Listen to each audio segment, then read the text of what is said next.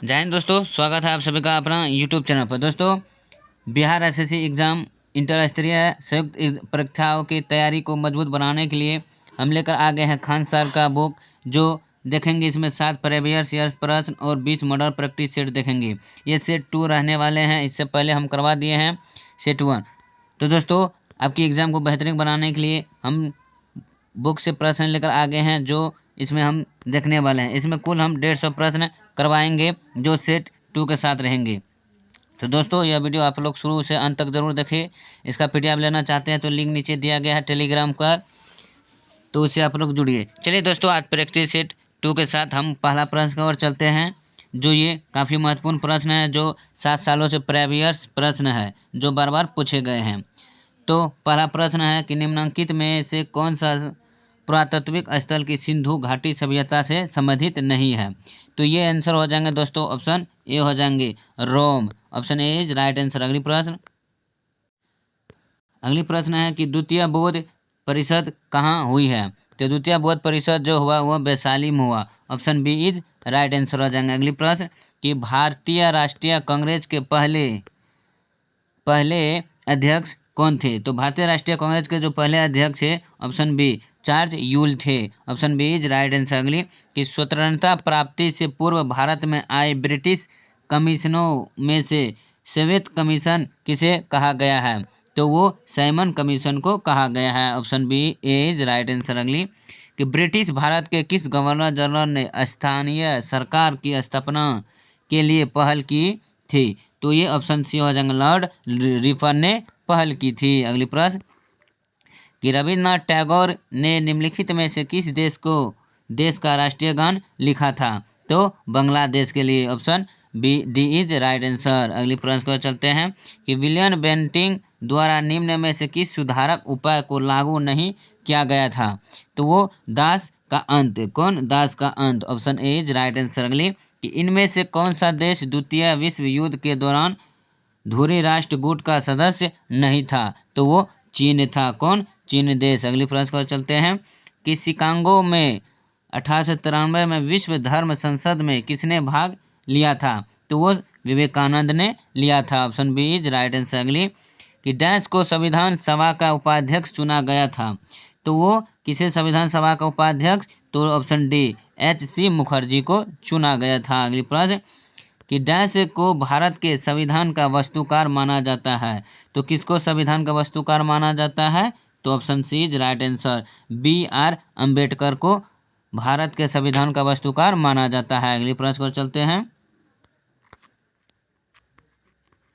अगली प्रश्न है कि भारतीय संविधान में कानून बनाने की निर्धारित प्रक्रिया काफ़ी हद तक डैश के संविधान द्वारा प्रभावित है। तो वो संयुक्त राज्य अमेरिका के संविधान द्वारा प्रभावित है। अगली प्रश्न कि निम्नलिखित में से किसे राज्य के नीति निर्देशक तत्व की सूचना में सम्मिलित नहीं किया गया। तो धार्मिक अधिकार। कौन? धार्मिक अधिकार। अगली प्रश्न कि निम्नलिखित में से कौन सा भारत में मौलिक अधिकार नहीं है। तो काम करने का अधिकार जो है ये मौलिक अधिकार नहीं है। अगली प्रश्न कि भारत का प्रधानमंत्री बनने के लिए न्यूनतम आयु क्या है। तो भारत का प्रधानमंत्री बनने के लिए न्यूनतम आयु 25 वर्ष होते हैं। अगली प्रश्न कि लोकसभा का प्रथम अधिवेशन किस वर्ष आयोजित किया गया था। तो 1952 में आयोजित किया गया था प्रथम अधिवेशन। अगली प्रश्न कि नगर निगम का अध्यक्ष कौन होता है।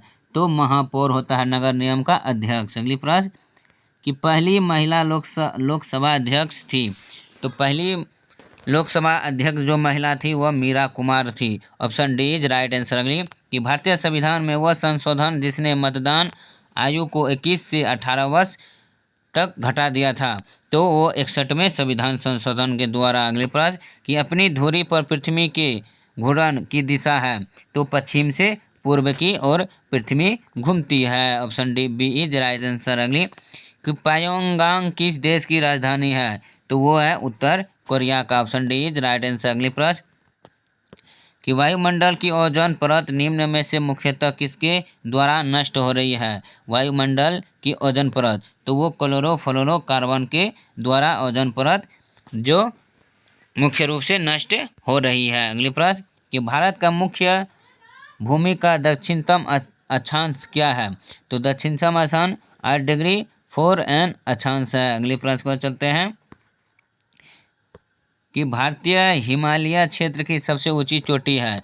तो भारतीय हिमालय क्षेत्र की सबसे ऊंची चोटी कंचनजंगा है। Option A is right answer. अगली प्रश्न कि गोदावरी नदी का उद्गम स्थल किस राज्य में है।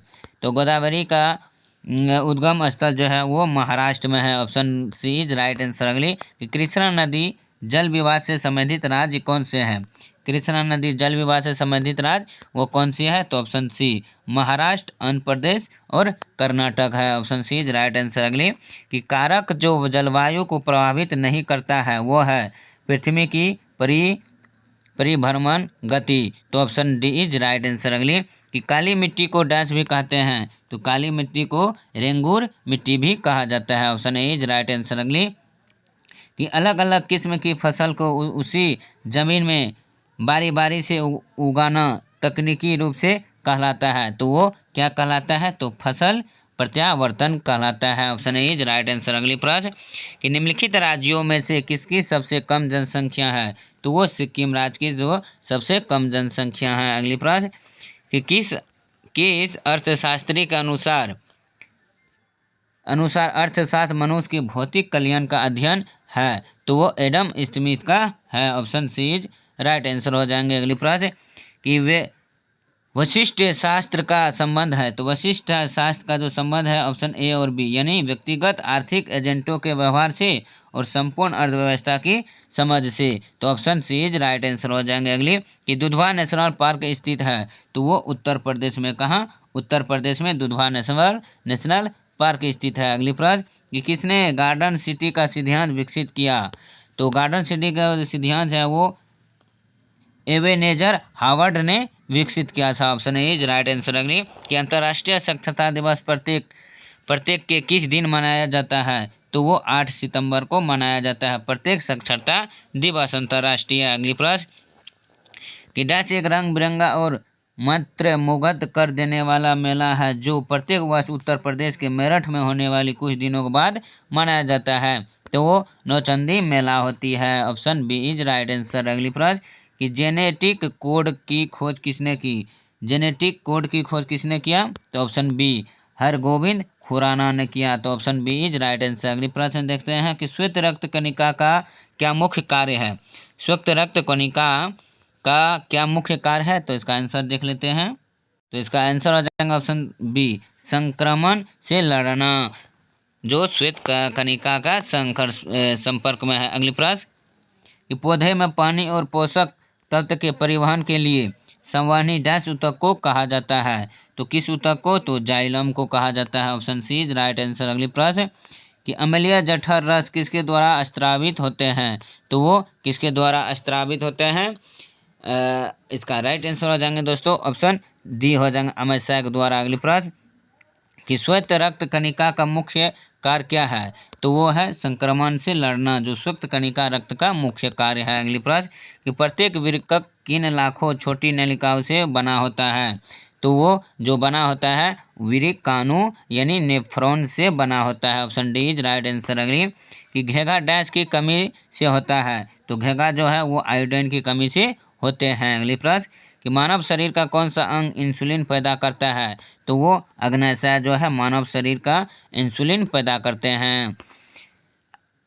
एड्स क्या है। तो दोस्तों AIDS क्या है। तो वो घातक मृत्यु रोग होते हैं। तो option B is right answer. अगली कि नीलहरित शैवाल है। तो नीलहरित शैवाल क्या है। तो वो स्वपोषी है। तो option C is right answer. अगली कि निम्नलिखित में से किसको दुग्ध शर्करा भी कहते हैं। तो लेक्टोज को कहते हैं। कौन। दुग्ध शर्करा भी कहते हैं। Option A is right answer होगा। अगली प्रश्न है कि निम्नलिखित में से कौन सी ग्रीन हाउस गैस नहीं है।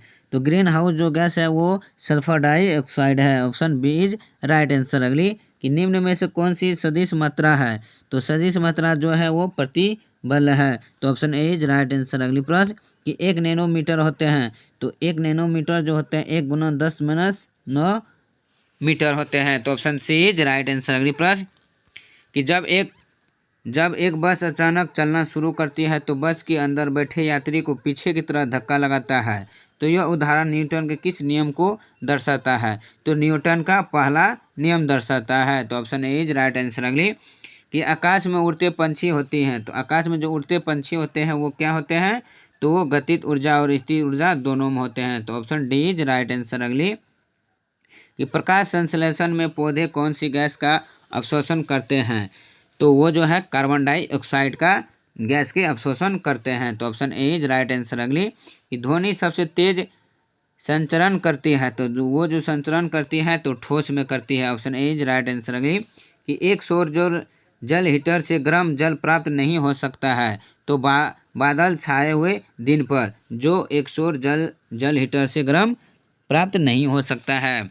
Option B is right answer. अगली कि आपतन का कोण किसके बीच कोण है? तो आपतन का कोण वो सतह पर अभिलंब तथा आपातित किरण है। तो option C is right answer. अगली कि एमसीबी जो लघुपथन के मामले में विद्युत की पूर्ति को काट देता है तो काम करता है, तो वो धारा के चुंबकीय प्रभाव पर काम करते हैं। तो option A is right answer हो जाएंगे। अगली प्रश्न कि आजकल सड़कों पर रोशनी के लिए प्रायः पीले लैंपों का प्रयोग किया जाता है, तो किस गैस का प्रयोग इन लैंप में किया जाता है? तो वो जो किया जाता है वो सोडियम का प्रयोग किया जाता है। किसको?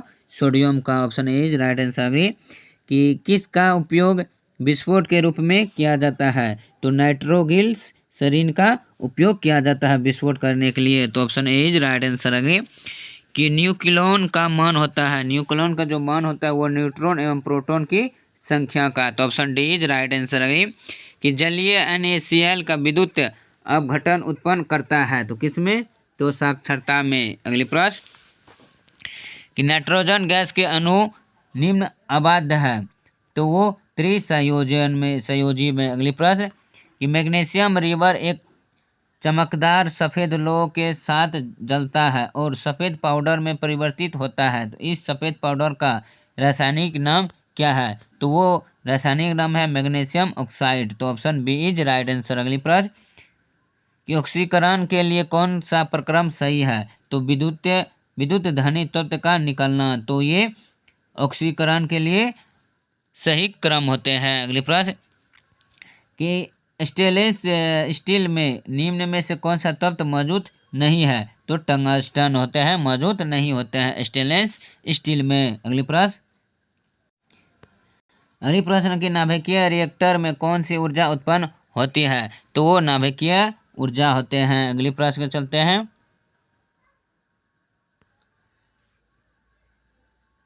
कि बिहार राज्य की सीमाएं घिरी हुई है, तो बिहार राज्य की जो सीमाएं हैं वो 3 राज्य से घिरी हुई है। कितना राज्य से? 3 राज्य से घिरी हुई है। अगली प्रश्न कि बिहार के किस कृषि जलवायु क्षेत्र में सबसे अधिक जिले हैं? तो उत्तर पश्चिमी क्षेत्र में सबसे अधिक जिले हैं। अगली प्रश्न कि BPCL ने उत्सर्जन को कम करने और किस वर्ष तक अपने शून्य लक्षणों को प्राप्त करने के लिए डिजिटल इथेनॉल मिश्रण विकसित किया गया है? तो वो 2040 तक। कितना? 2040 तक। अगली कि वारसोवा समुद्री पुल का नाम डैश नाम पर रखा जाएगा? किसके नाम पर रखा जाएगा? तो वीर सावरकर के नाम पर रखा जाएगा। अगली कि दिल्ली सल्तनत का सबसे बड़ा विस्तार किसके शासनकाल में देखा गया? तो मोहम्मद बिन तुगलक के काल में देखा गया। अगली प्रश्न कि निम्नलिखित में से कौन सी कृष्णा नदी की सहायक नदी नहीं है? तो कृष्णा नदी की सहायक नदी मंजीरा नहीं है। अगली प्रश्न कि कौन सी नदी धुआंधार जलप्रपात से संबंधित है? तो वो नर्मदा नदी होते हैं। Option D is right answer. अगली कि कौन सा मानव निर्मित रेशों का उदाहरण है? तो कौन सा मानव निर्मित रेशों का उदाहरण है? तो वो रेयन है। कौन? Rayon. Option C is right answer. अगली कि कौन सी खरीफ फसल नहीं है? तो वो कौन सी फसल जो है वो खरीफ फसल नहीं है?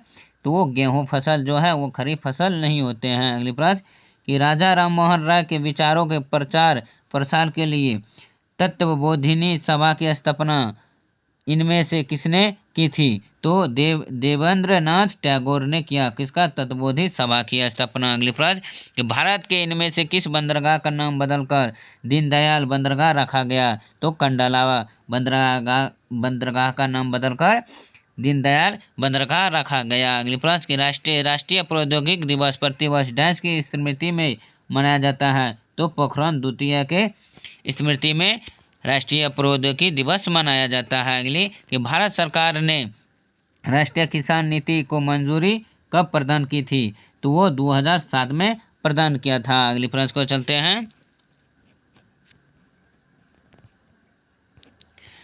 अगली प्रश्न है कि किसने मौर्य प्रशासन में अध्यक्षों को विभिन्न विभागों के अध्यक्षों के रूप में उल्लेखित किया था? तो कौटिल्य ने किया था। Option A is right answer. अगली प्रश्न कि महात्मा गांधी ने किस अधिनियम के विरोध में लोगों से 6 अप्रैल 1919 को एक दिन के लिए अहिंसक विरोध दर्शन को कहा है? तो वो रोलेट एक्ट को, किसको? Rowlatt Act. Option C is right answer. अगले कि किस संवैधानिक संशोधन को मिनी संविधान के नाम से जाना जाता है, जिसके तहत स्वर्ण सिंह समिति की सिफारिशों का लागू किया गया? तो वो 42वां संविधान संशोधन अधिनियम के द्वारा। अगली प्रश्न कि मार्च 2019 को शुरू हुई प्रधानमंत्री श्रम योगी मान धन योजना का लक्ष्य किसने लाभान्वित करना है? किसे लाभान्वित करना है? तो असंगठित क्षेत्र के श्रमिकों को। अगली प्रश्न कि भारत के चौथे राष्ट्रपति कौन थे? तो वराहगिरि वेंकट गिरी थे भारत के चौथे राष्ट्रपति। अगली प्रश्न तो चलिए दोस्तों, आज के लिए बस इतना। इससे आगे मैथ का प्रश्न हो गया। तो मैथ का प्रश्न का जो टिक लगा गया है वो PDF में दिया गया है, तो सारा प्रश्न आप बना सकते हैं PDF से लेकर। चलिए दोस्तों, अगर प्रश्न अच्छे लगे तो प्लीज़ ज़रूर एक लाइक कीजिएगा। चैनल पर पहली बार आए तो एक सब्सक्राइब करना न भूलिए। फिर मिलता हूँ पार्ट सेट 3 के साथ। तब तक के लिए धन्यवाद।